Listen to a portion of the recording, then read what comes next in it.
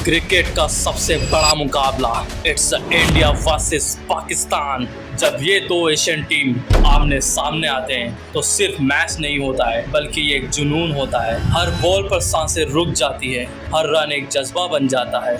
इस मैच में दिली खामोशी चाहिए होती है लेकिन दिलों में तो तूफान होता है। टीवी स्क्रीन पर सिर्फ 22 प्लेयर होते हैं लेकिन हर घर एक मैदान होता है। एशिया कप 2025 में ये दुश्मनी फिर से जिंदा होने वाली है दोस्तों। नए हीरोज, नए रिकॉर्ड्स और वही पुराना टेंशन जो दुनिया के हर कोने में महसूस होगा। क्या इस बार भी भारत का पलड़ा होगा भारी या पाकिस्तान लिखेगा नई जीत की कहानी? तो तैयार हो जाइए क्योंकि जब इंडिया और पाकिस्तान टकराते हैं तो पूरी दुनिया रुक जाती है और दुनिया या तो टीवी के सामने होती है या फिर वो ग्राउंड में होती है। ये वो 40 ओवर नहीं जिसमें सिर्फ बॉल और बैट टकराते हैं, ये दिलों की टक्कर होती है। एक तरफ 140 करोड़ का भरोसा होता है तो दूसरी तरफ मुल्क की उम्मीद होती है और बीच में क्रिकेट बॉल होती है। ये राइवलरी सालों पुरानी है। सचिन के ड्राइव से लेकर कोहली के छक्कों तक, वसीम अकरम के यॉर्कर से लेकर शाहिन अफरीदी के बाउंसर तक, हर जनरेशन ने एक नया बोल लिखा है। अब सवाल सिर्फ एक है, इस बार का हीरो कौन बनेगा? क्या सूर्या और हार्दिक एक और बार अपना ब्रिलियंस दिखाएंगे या सलमान और फकर लिखेंगे नई कहानी? जंग का मैदान तैयार है, जज्बा तैयार है, दुनिया की नज़र एक ही जगह है, India versus Pakistan, Asia cup 2025। चलो शुरू करते हैं। लेकिन दोस्तों इससे पहले कि आप इस वीडियो में खो जाएं, ठीक है, एक तो लाइक और शेयर ठोक दीजिए, महाकाल का दबा के लाइक और शेयर ठोक दीजिए, 5000 लौटे दिख जाना चाहिए। इंडिया जो अब तक एशिया कप में 8 बार पाकिस्तान से जीत चुका है, अपने रोशन सफर को आगे बढ़ाना चाहता है। लेकिन पाकिस्तान जो लास्ट टाइम भी इंडिया को चैलेंज कर रहा था, इस बार अपनी न्यू टीम और अपने रो परफॉर्मेंस से फिर दुनिया को हैरान करना चाहता है। अगर हम बात करें पिछले मुकाबले की तो उसमें इंडिया का पलड़ा काफ़ी भारी रहा था, जहां इंडिया ने बड़े आराम से पाकिस्तान को धो धोकर पीटा था। बॉलिंग और बैटिंग दोनों में पाकिस्तान बुरी तरीके से भारत से पिछड़ रहा था। इस मैच के हीरो रहे थे कुलदीप यादव। अगर हम बात करें इससे पहले हुए कुछ मुकाबलों की तो उसमें भी इंडिया का पलड़ा काफ़ी भारी रहा था, जहां हमें मैच जिताने वाले कई हीरो रहे थे। जैसे आपको याद ही होगा 2022 का वर्ल्ड कप, जिसमें विराट कोहली ने क्या जबरदस्त बैटिंग कर टीम इंडिया को जीत दिलाई थी। कौन भूल सकता है विराट कोहली के वो 2 छक्के जिससे पूरा मैच का रुख पलट सा गया था। और इसी तरह जो 2024 वर्ल्ड कप में बुमराह ने जो कर दिखाया था वो भी विराट की इनसे कम नहीं था दोस्तों। पाक को सिर्फ 119 रन का टारगेट मिला था। बाबर और रिजवान अच्छी शुरुआत भी करते हैं लेकिन फिर आता है जस्सी का एक ऐसा मैजिकल स्पेल जिससे सारे खेल का रुख ही बदल जाता है। बाबर, रिजवान और इफ्तिकार को आउट करते हैं और इस रोमांचक गेम में एक बार फिर भारत की जीत होती है। अगर हम 2020 से T20 फॉर्मेट की बात करें तो कुल मिलाकर इन दोनों का आमना सामना 5 बार हुआ है, जिसमें इंडिया 3-2 से आगे है लेकिन पाकिस्तान भी कुछ कम नहीं।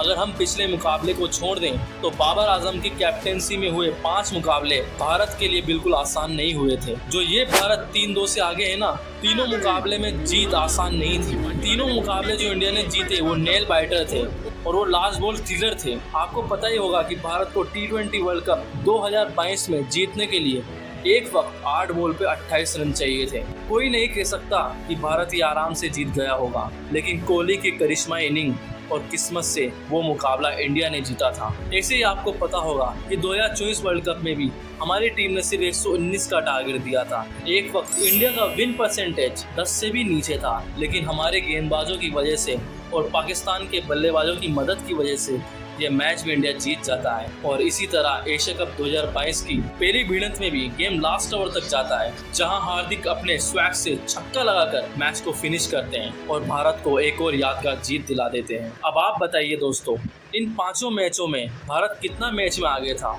अगर मैं T20 वर्ल्ड कप के दोनों मैच को देखूं तो ये रेशियो 4-1 से पाकिस्तान की तरफ मुझे ज़्यादा नज़र आ रहा है। अगर आप मुझसे पूछें तो भारत हर बार करिश्मा करके ही मैच जीता है, इसलिए मैं कह रहा हूँ कि पाकिस्तान को बिल्कुल भी कम ना समझें। शाहिन अफरीदी की डेडली बॉलिंग और फकर जमान का एक्सप्लोसिव बैटिंग स्टाइल पाकिस्तान के पास वो सारे एलिमेंट्स हैं जो किसी भी पल मैच का रुख कर सकते हैं। एकदम अनप्रिडिक्टेबल है पाकिस्तान। फास्ट बॉलर और मिडिल ऑर्डर की पावर किसी भी मोमेंट मैच जीत सकती है। अब आप भी कमेंट करके जरूर बताइएगा कि जो मैंने आपको जो मैच बताए हैं क्या वो बिल्कुल सही है, क्या उस मैच में भारत आराम से जीत रहा था। कमेंट करके जरूर बताइएगा। अब हम दोनों टीमों का कंपैरिजन करेंगे कि कौन सी टीम की क्या ताकत है और किस टीम की क्या कमजोरी है, जिस पर दोनों टीम इस बार वार करना चाहेगी। शुरुआत अगर हम करें भारत से, तो भारत की ताकत उनकी एक्सप्लोसिव ताबड़तोड़ बैटिंग है जो कभी भी किसी पल किसी भी टीम के छक्के छुड़ाने के लिए काफी है। अगर हम इंडिया के टॉप ऑर्डर की बात करें तो इंडिया का टॉप ऑर्डर काफी स्ट्रॉन्ग है। अभिषेक शर्मा का ताबड़तोड़ अंदाज और शुभमन गिल की कंसिस्टेंसी से टॉप ऑर्डर को बहुत अच्छा बैलेंस मिलता है। और साथ में तिलक ने जो T20 में अपनी फॉर्म जो पकड़ी हुई है, उससे हम सब उसके टैलेंट को जानते ही हैं। मिडिल ऑर्डर में सूर्य कुमार यादव और हार्दिक पांड्या अच्छे मिडिल ऑर्डर प्लेयर हैं और पांड्या लोअर ऑर्डर में भी अच्छी हिटिंग कर लेते हैं। संजू सैमसन का भी एक परफेक्ट बैलेंस है, वो रन चेस में काफी अच्छे रहे हैं। और अगर हम बात करें या डेप्थ की, तो शिवम दुबे और अक्षर पटेल जैसे ऑलराउंडर इंडिया की बैटिंग को और स्ट्रॉन्ग बनाते हैं। इनके पास बैटिंग डेप्थ है जो किसी भी टारगेट को चेस करने में मदद करता है। अगर हम पाकिस्तान की बैटिंग की बात करें तो ये भारत से बिल्कुल उल्टा है। इनकी टीम की वीकनेस इनकी बैटिंग है। अगर हम पाक के टॉप ऑर्डर की बात करें तो पाक का टॉप ऑर्डर इंडिया के टॉप ऑर्डर के मुकाबले काफी वीक नजर आता है। सैम अयूब पाकिस्तान के की प्लेयर हैं, लेकिन पाकिस्तान के नज़रिए से उनका एक्सप्लोसिव बैट्समैन है, लेकिन हमें तो भाई ये बिल्कुल भी बैट्समैन नहीं दिखता है। ये हमें बॉलिंग ऑलराउंडर ज़्यादा नज़र आता है। इसके हाथ में हमें बैट से ज़्यादा तो बॉल नज़र आती है। ये बैट से ज़्यादा बॉलिंग से कमाल दिखाता है। अगर हम बात करें इनके दूसरे ओपनर की, तो इनका तो अयूब से ही बुरा हाल है। फरहान अटैकिंग ओपनर ज़रूर है, लेकिन उनकी फॉर्म बहुत ख़राब चल रही है। और इसके बाद आते हैं हमारे आयाराम और गयाराम बल्लेबाज, यानी आप लोग समझ ही गए होंगे कि ये बल्लेबाज कौन है। ये और कोई नहीं, one and only Mohammad Haris है।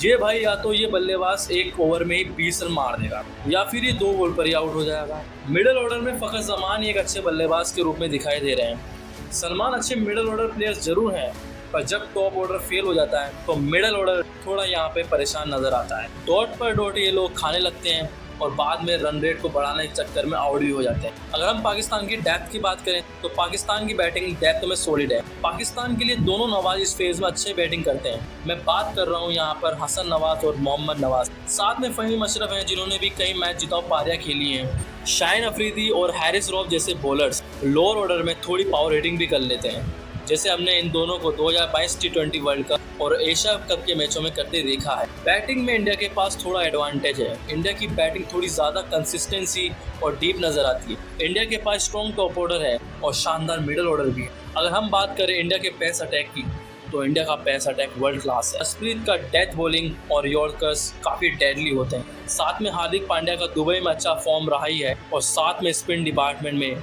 इंडिया के पास सुपर स्पिनर है। वरुण चक्रवर्ती का स्पिन किसी को समझ में आता ही नहीं है। अक्षर पटेल भी अपनी स्पिन बॉलिंग से मैच विनर हो सकता है और साथ में कुलदीप यादव भी एक विकेट टेकिंग ऑप्शन है। ओवरऑल अगर हम बात करें तो इंडिया का बॉलिंग अटैक पेस और स्पिन दोनों में बड़ा बैलेंस नजर आता है। अगर हम बात करें पाकिस्तान की, तो पाकिस्तान की ताकत उनकी गेंदबाजी है। उनका पेस अटैक है और उनका पेस अटैक भी काफ़ी डेंजरस है। शाहिन अफरीदी का स्विंग और पेस डेडली है और हैरिस रॉफ के पास भी रो पेस है, जिससे वो भारतीय बल्लेबाजों को उस पेस से नचा सकते हैं। बात करें अगर पाकिस्तान के स्पिन डिपार्टमेंट की, तो उनका स्पिन डिपार्टमेंट का लेवल इंडिया के लेवल से काफ़ी मिलता जुलता है। उनके पास वरुण चक्रवर्ती जैसा स्पिनर अबरार है, कुलदीप जैसा सूफियान है, साथ में नवाज उनकी टीम में शामिल है जिसका हालिया फॉर्म बहुत ज़बरदस्त है। लगातार वो 2 प्लेयर ऑफ द सीरीज हो चुका है। ओवरऑल स्ट्रेंथ की अगर हम बात करें तो पाकिस्तान की पेस अटैक इंडिया से कम नहीं। अगर वो अर्ली ब्रेक थ्रू ले लेता है तो मैच में मोमेंटम उनके फेवर में जा सकता है। अब हम बात करेंगे इन दोनों की फील्डिंग के बारे में। अगर हम बात करें इंडिया की फील्डिंग की, तो उनका स्टैंडर्ड आउटस्टैंडिंग रहा है। गिल, सूर्या, सैमसन, तिलक और हार्दिक पांड्या जैसे प्लेयर उनके पास शार्प फील्डिंग के तौर पर मौजूद हैं। इंडिया की स्लिप फील्डिंग और बाउंड्री सेविंग स्किल भी आउटस्टैंडिंग है। मैच में कुशल मूवमेंट पर रन आउट्स और कैचेस करना उनका स्ट्रॉन्ग पॉइंट है। और अगर हम बात करें यहाँ पाकिस्तान की, तो पाकिस्तान की फील्डिंग पूरी दुनिया में मशहूर है। पाकिस्तान की फील्डिंग थोड़ा इनकंसिस्टेंसी है। आप सबको पता ही होगा 2021 में वो हसन अली का कैच, जिसको छोड़ने पर पाकिस्तान का क्या हशर हुआ था, लेकिन उन्होंने काफ़ी इंप्रूवमेंट किया है। सैम अयूब, सलमान आगा, हैरिस, नवाज और शाहिन अफरीदी कुछ अच्छी फील्डिंग करते हैं, लेकिन स्लिप और बाउंड्री सेविंग में थोड़ा यहाँ कमजोर नजर आता है। कैचिंग और ग्राउंड फील्डिंग में भी पाकिस्तान की फील्डिंग कुछ इनकंसिस्टेंस है और जब उनके फील्डर प्रेशर में आते हैं तो मिस्टेक हो ही सकती है। इंडिया का फील्डिंग डिपार्टमेंट क्लियरली यहाँ शानदार रहा है। उनकी कैचिंग और बाउंड्री सेविंग स्किल उनको इस गेम में आगे रखेगी। इंडिया का टीम ज्यादा यहाँ बैलेंस है, specially with the depth in both batting and bowling. तो कमेंट करके जरूर बताइएगा दोस्तों कौन जीत रहा है इस बार 21 सितंबर को। जब तक बाय बाय, जय हिंद, जय भारत।